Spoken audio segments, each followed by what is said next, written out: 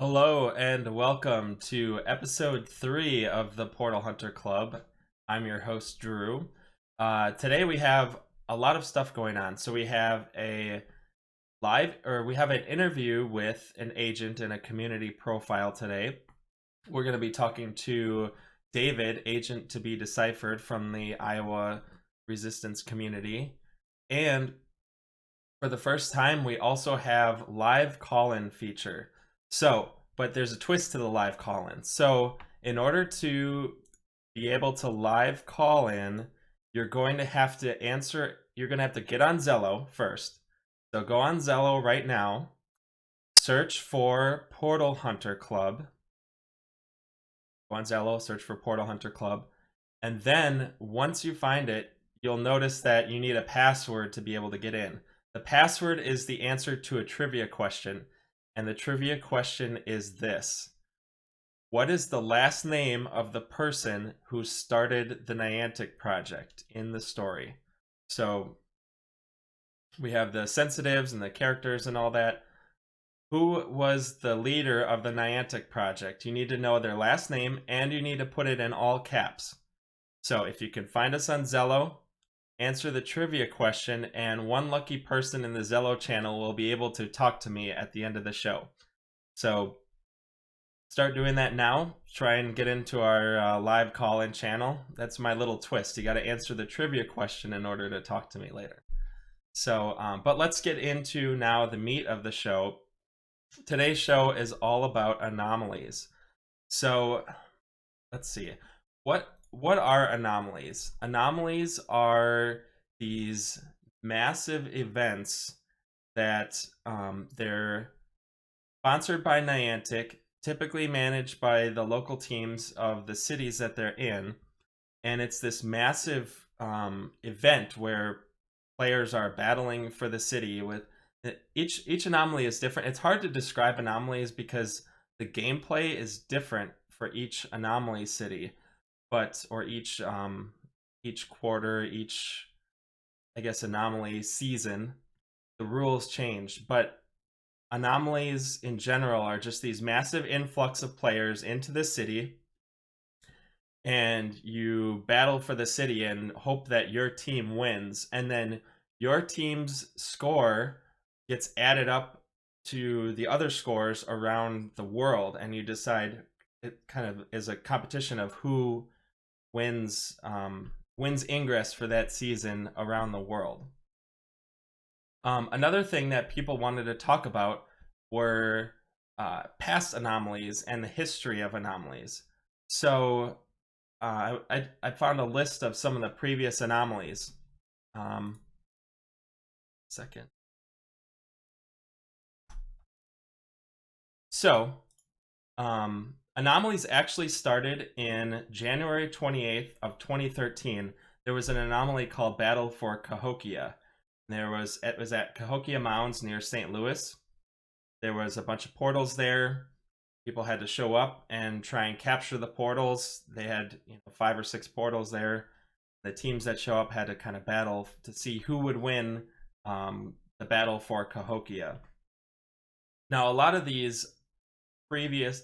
early anomalies, they're very different from the anomalies that we know today. They're just very basic, simple rules. Niantic kind of wanted to see how they could get people to come out and do these competitions and things. They wanted to test some various rule sets and things. So Battle for Cahokia, January 28th of 2013. That was the first ever anomaly in the history of Ingress. And then now of through January all the way until July, there was a massive series of these one-off events, or maybe a couple of cities for each of these. But they started off very slowly. So Save Clue was the second anomaly, and that was the basic capturing, fielding, that sort of thing.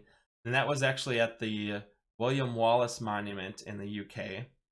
Then there was the South by Southwest and the Free Misty anomaly, which was one of the first anomalies held in Wisconsin. So a lot of Beerman was on last week. He was actually at the Free Misty anomaly in Lake Geneva, Wisconsin. So Then anomalies sort of developed even more into link chains. That was their new set of rules. So there was Operation Juice Club in LA, where Misty had to, I forget the term for it, she had to like teleport herself through the city following links, and the Enlightened had to get her from point A to point B by linking specific portals throughout the city, and the Resistance had to try and stop the link chain. And for that one, the Resistance was successful. They were able to um, stop Misty from transporting through LA. Shaper Data was the next anomaly series, and that involved link chains across Europe. So you had one main city in Europe, and then you had several smaller cities around. They had to connect links from those cities into the main city in order to gather data, the Shaper Data, I guess. There was one-off event, Magic Castle. Misty made her appearance at Magic Castle. That one was more sort of a, I guess, um, moving the plot along anomaly. And then Bowstring, that was at that was in San Francisco, and that one involved Susanna Moyer and Ben. I think it's Ben Jacklin, um, two of the people also from the storyline, and they were fighting for Cupid Span. Cupid Span is a very important portal in Ingress, and it has to do with Jarvis and those kind of things. And so they were fighting for Cupid Span. Ingress Days was next.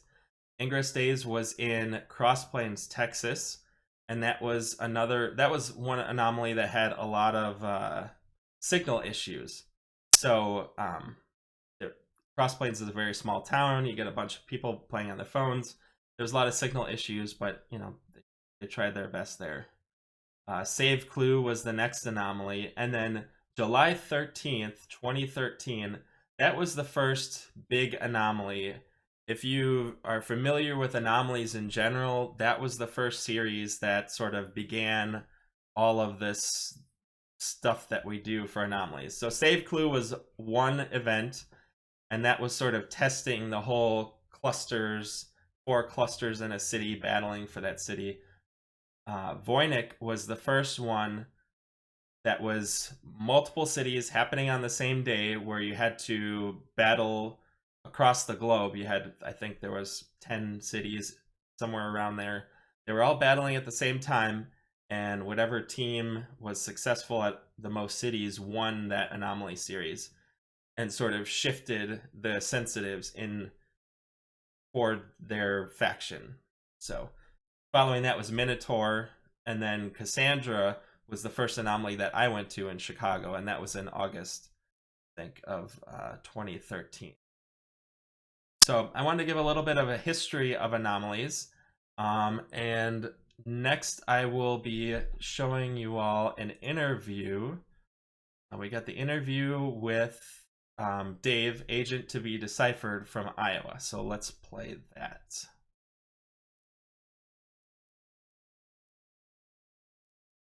Hello and welcome to the first player and community profile on the Portal Hunter Club. Today we have David, agent to be deciphered, and he comes from Ames, Iowa. Usually when I do these, I want to ask, how you got in the game and everything, and how you picked your team. But David was actually a caller on one of our episodes, and he talks about that. So check back in our back episodes and find out how David started Ingress. So, since this episode is about anomalies, I'd like to know a little bit about your anomaly experience. So, what was the first anomaly you attended? My first anomaly was Persepolis, Milwaukee. Awesome. Yep. Almost went to Shonen Denver, but I just started playing. Couldn't really grasp the concept of what everybody was leaving for. But then Persepolis happened, and ended up going to Milwaukee, and it was just so exciting, so much going on, and everybody was cheering and getting super excited because we were, doing some amazing scores, and just that everything about it really became addictive. So I started going to more. Yeah, Persepolis Anomaly was a that was or Persepolis Milwaukee. It was an awesome anomaly. There's a lot of for the resistance that was like a come from behind win. We did a lot of great work there, and with the global shards happening and everything. Um, yeah, it was that was an awesome experience. I'm glad you had a good time there. Have you been to any other anomalies since then? Yes, I think I'm up to about 10 anomalies. A couple of the Oh series I did wow. too. Okay, okay. Yeah. So I mean, I was down in New Orleans. I was in Orlando. I went back to Milwaukee again, Minneapolis, Kansas City. Just really enjoy going around and finally getting to meet people that I've talked to for so long and meeting more. Yeah, yeah. Anomalies are, if you haven't been to an anomaly yet, you definitely need to go. It's one of these experiences that is just, it's unlike anything you've ever done in the game before. You meet all the people. That's what I like to do. You go and you hang out with people and you talk to people you haven't seen in a while and or have done ops with and stuff like that. So yeah, that's anomalies are it's an awesome experience. So, is it your dream to run an anomaly now that you've been to a ton of them? I would love to run an anomaly. I've been carrying on a really terrible campaign lately, asking for an anomaly in Iowa. Hey, It sometimes didn't work. social media campaigns, sometimes they work, sometimes they don't. It didn't So, work, but I had a lot of fun doing it. And I told everybody, hey, this is terrible. Please like it. yeah, Um, yeah. and so in response to that, I've finally broken down, and we're holding our own version of an anomaly. We're calling it a bake anomaly. Awesome. So thanks to the agent who coined that phrase for us. Yeah, so let's talk a little bit about before we get to the bake anomaly, let's talk a little bit about some of the stuff you do locally in your community. So you have a pretty active resistance community across Iowa. How about the Enlightened? Do you have a good cross-faction relations? Do you guys work together on things? How does tell us about that? I mean, there's always tension cross faction, Yeah, yeah, true. but we've had some awesome success. I work with E&L agent fixation with the first Saturdays, and he's really supportive. And we've seen a lot of improvement between cross faction relations through that and stuff. It's the middle of winter, so it's hard to say who's really still super active right now. But we had the connected cells reach. We're back. We had a little bit of an XM disturbance here. So we're talking about the local communities in Iowa, and you all do a lot for First Saturdays. Tell us about some of the First Saturday organizations that you do. With the first Saturday events, we try to have a lot of fun with it. Give people a different challenge, something different to work toward. So it's not always who gets the most AP that will win it. Uh, I mean, we'll go for most mods deployed, most links, whoever is able to create the most fields, stuff like that. And we actually have a whole spreadsheet that we developed just for it, so we can actually go ahead and change how the point values for things, and it'll auto calculate everything. So that's been a lot of fun. Nice. So you sort of work with your enlightened counterpart, make things fun for your agents. That's awesome. It's cool to have that. There is tension, yes, between the two teams, but it's nice to be able to have this sort of well organized competition that you can do regularly to kind of get people. And you said you changed the stats that you work with, so it changes up the game and everything. So that's really cool, actually. Um, what sort of events do you do just with your resistance team locally? Every year we have our own Oktoberfest. Some people like to homebrew, and they'll bring stuff over. One of our guys, Tim, he probably brews about 5 or 6 different batches just for it, and we actually hold it at his house, so really convenient there. Oh wow, Um, nice, uh, nice. yeah. We also, a lot of us like going to movies, so we'll go to a place called Flicks, and we'll all go ahead and enjoy a movie together, which really kind of highlights, that we really like the social aspect, and then since we're all nerds into Ingress, it's one time we got out of the movie. There was an hour before checkpoint. We ended up heading over to another agent's house, taking turns screencasting onto his TV, different plans, and seeing who had what keys and stuff, and broke free, headed home through a big field, and called it the night. Awesome, awesome. So you do the social aspect of the game, meeting friends, doing that kind of stuff, and then also getting down into the game when you want to. And it's cool that you can sort of do both things. So the Iowa Resistance, what are some of the notable operations? Tell us about what you're known for globally in the Resistance. There have been 0 shards to touch Iowa that went to a green home. Oh, nice, Every nice. shard that Yes. is every shard that's spawned or touched Iowa has gone to a blue home. So we're super proud of that. Hope to keep that kind of going. There's a lot of dedication that goes with that. As a lot of people saw with the last shard that we had spawned in Des Moines, it was the shard was sitting on a bridge 13 stories up in the middle of winter. So we had space heaters and stuff like that come out. We had agents come down from Minnesota and over from Wisconsin and stuff like that. It was just, crazy dedication. Awesome, awesome. It's like, well, shards just require a lot of work and a lot of effort, and it's cool that the Iowa Resistance can make other agents feel like home when they have to travel out. I know there was, like you said, people from Minnesota. For one of the shard battles, I can't remember which one, but we had some people from Milwaukee come out to Grinnell to help with that shard, and the community there has just been so welcoming and so warm. It's a cool thing. And besides shards, you're also known for a starburst that happened recently, something that you've had a major role in. Yeah, that was actually my first time planning something a little bit bigger, and I really like the ops where we have these unrealistic goals, and the unrealistic goal with this one was, to have links coming in from every state touching Iowa, and we actually managed to do that, and it was just an amazing.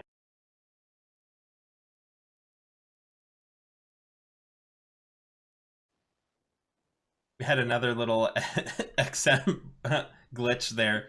So, talking about the starburst to Iowa, you had a starburst hit all the states around Iowa. Tell us about the experience in planning that, and tell us more about that. That was my first time doing something bigger, regional and stuff, and just a surreal experience watching the map and everybody come together, and with no plan other than to make links. We weren't after triangles, we weren't after checkpoints, which probably helped us in the end because nobody was looking at the map. An hour and a Right, half right. after checkpoint You when it could pick started a and stuff. It time. was just, Yeah. so it's like, well, what are they doing? Well, who cares? We got 4 hours to go, and none of that was the goal. We just wanted to make a bunch of links, and a lot of people had a lot of fun with it. Minnesota and Wisconsin went overboard. Oh yeah. Yep. Yep. I still And have keys if we want to do that again. I think there's a few keys still floating out there for some people. Some people actually ran out of portals. So, Oh yeah. I've but experienced it's that. also it's nice for people to also hand them out and say, here, it's used up all your keys, have a memento and stuff like that. And, I I so know the stress with one of those. We planned one that came off the Milwaukee Lighthouse, and there's an agent who will remain nameless who accidentally linked. Well, she virused 2 portals and linked. It was just like within 2 blocks of each other, but out in the distance, it blocked like an entire town. So someone had to drive like 10 minutes to get to the next town because she linked in the city like a block away, and then it blocked. Yeah, so. I know how yep. stressful those things can be, and just little any app is like that, where just little things can cause it to can cause problems. So one of the big things that's coming up for Iowa is this thing, like we were talking about, called the bake anomaly. So tell me a little bit about the bake anomaly that's coming up. The bacon anomaly is, of course, spawned off of my terrible campaigning, and Iowa is number one for bacon, not just corn. So we're actually going to go ahead and have our own bacon anomaly, meeting up at Copper Creek in Pleasant Hill, May 5th. Show up anytime after 10 a.m. and to check in. And I mean, just burgers, hot dogs, soda, and probably not enough beer to supply everybody, but you can bring your own as long as it's in a can. But you know, like the burgers and hot dogs, we're definitely going to have covered for everybody. People can go ahead and bring their own steaks. You know, it's just going to be a good time. And then we're actually going to hold one of our little First Saturday events and hand out prizes. We're also doing a raffle for other prizes and stuff. So I mean, it's just the whole idea is to just have a great time. And while we may not get like an awesome badge, there'll be a mission. Cool. And this is all cross faction. You're working with your counterparts. Yeah. Anybody's definitely able to come.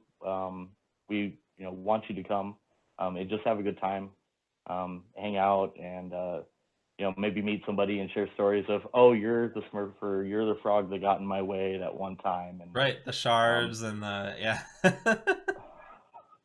the shards. Yes, the S word. It sounds like a really cool event, and it sounds like there's a vibrant Ingress community there, and it sounds like it's going to be a well run event. So again, it's Saturday, May 5th, 10 a.m. Yep. is the check-in start time, and it's what's the location again? It's in Pleasant Hill. It's right on the edge of Des Moines. It's Copper Creek. It's this awesome lake. It's about a 1 kilometer walk around it, and we have, I think, over 60 portals there. Awesome. Well, it sounds like the perfect place for a battle. So, well, thanks for joining us on the first player profile, community profile on the Portal Hunter Club, and another XM glitch just hit us at the end there, but that's okay. We will talk to David again soon. Back to you.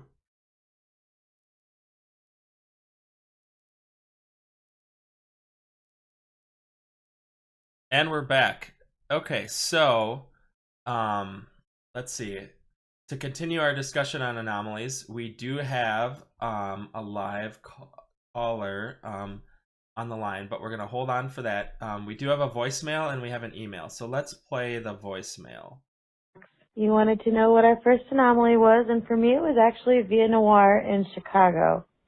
I didn't really know what to expect, but a couple people in our area said go, so I pushed myself to level 8, and I pushed other people around me to level 8 so that all of us that were younger players could go. And we ended up on a team led by Manchu, and we spent most of our time we first started protecting a fire department, and there was a resistance player that apparently worked there, so they let us stay there, but they wouldn't let the green team stay there. And then we ended up at St. James Church, and the drift over there was so bad that we actually could defend 4 portals while sitting on the steps of the church. So, because we just kept pinging back and forth between all of them. So that was my first taste of Anomaly. It was awesome. There was a ton of resistance there. I got to meet a lot of people that I knew names but not faces of, and since then I have been to one in every series, and they'll continue that again this year. I hope you're having a lovely week. Bye. Awesome. Thanks for that voicemail, Fox and Socks. We also got an email from Shybry from the United Chicagoland Resistance. So he says his first anomaly was Dice Vegas, February 2014. He was in Phoenix for a work trip, and I'm just going to read the email. I was in Phoenix for a work trip, and I haven't even heard of the event. On the Tuesday, one of the Phoenix old-timers knew I was in town and asked if I wanted to go to Vegas for an Ingress event. When, I asked. Tomorrow. On a Wednesday? Yeah, we're driving up tomorrow morning. Let me ask the boss. And so I got to explain to my boss this silly game and this silly thing I wanted to go do with a bunch of other silly people, except replace silly with awesome. Wednesday morning, I get picked up in a 7-seater SUV. We run around Northwest Phoenix picking up other agents. Lots of waiting around for people to get ready, and then we're off. We didn't really hit the highway until noon. It's a 5-hour drive to Vegas, and well, we're Ingress players.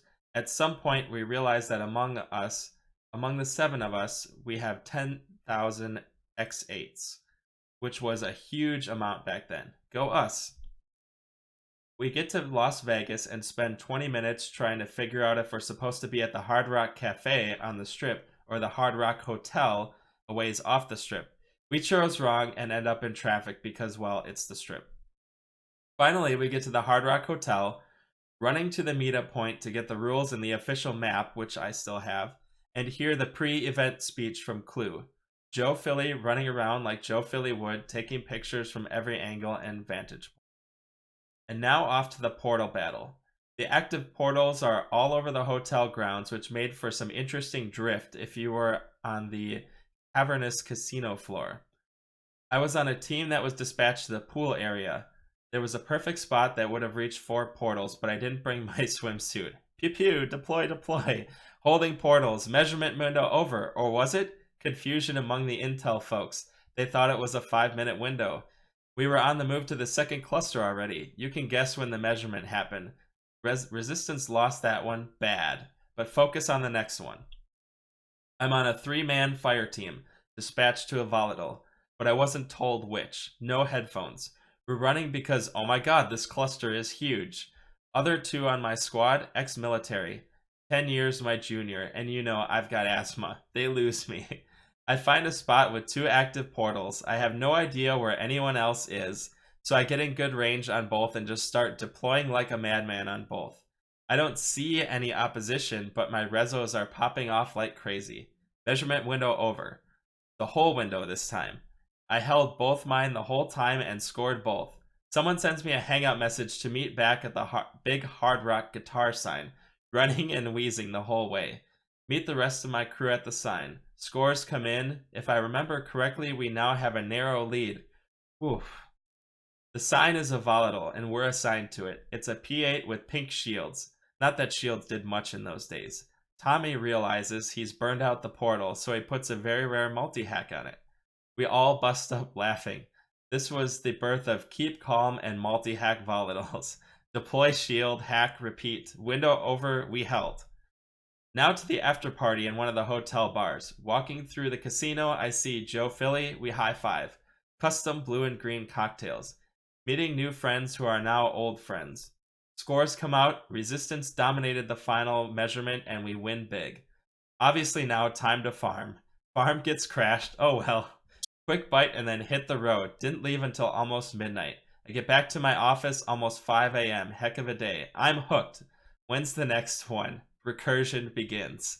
So that's Shy Bry's story of his first anomaly. So that is a pretty intense story there, and it's a very good example of what happens at these anomalies. You're running around, you don't really have an idea what's going on, but you kind of do, and you're sort of following people, listening in your ear. That's a good story. Thanks for sending that in. So moving along for our final segment here, we actually are going to try. Another player told me I'm going to take a already complicated logistical nightmare and make it even more complicated by adding live video calls or live audio calls to this show. So let's see if this works. So have this thing, and on the phone. Oh. Okay, and on the phone with me, on the phone with me right now is Victor. Victor, can you hear me?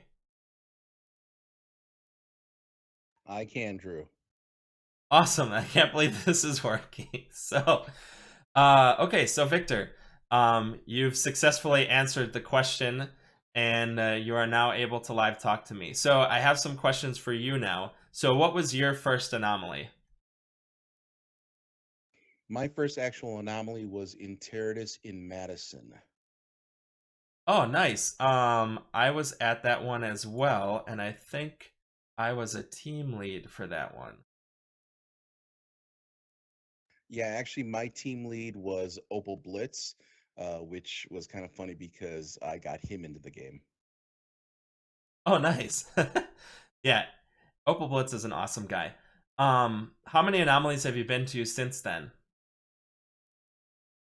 Actually, it's kind of funny because I've lost count. I think I've been to every single series since then.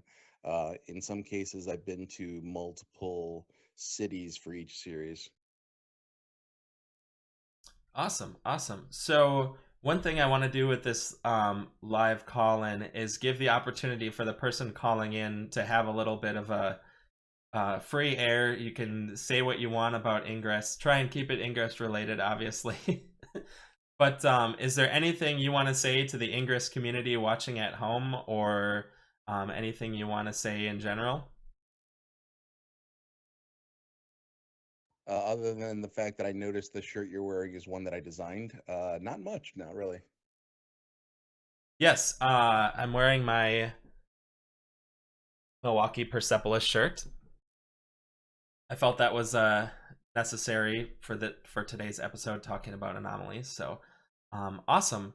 Well, thanks for calling in. I hope to continue this live call-in feature in the future, and we'll add some more little tricks to it. But thank you for being the guinea pig on the live call-ins, and we'll talk to you soon. Thank you.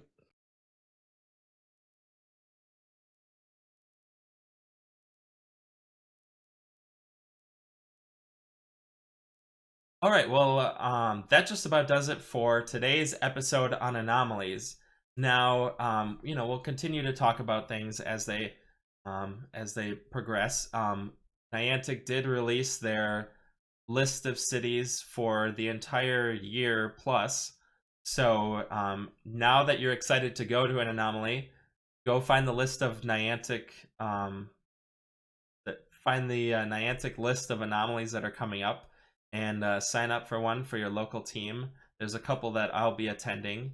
And let's see, what else? Oh, next week's question. So don't forget, you can call in 414-207-6278, or email us portalhunter@resradio.net. Next week's question is going to be, what's the craziest thing you've done for Ingress? I want to hear your crazy stories. Now, I've done some pretty crazy things. I went to Upper Michigan. I've been to out to lighthouses and things, camping on islands, all this kind. I want to know. Call in and tell me your crazy Ingress story. And next week we might have an interview with someone who's done some crazy stuff. So again, 414-207-6278, and the email is portalhunter@resradio.net. Thank you all for joining me this week, and we hope to see you all next week.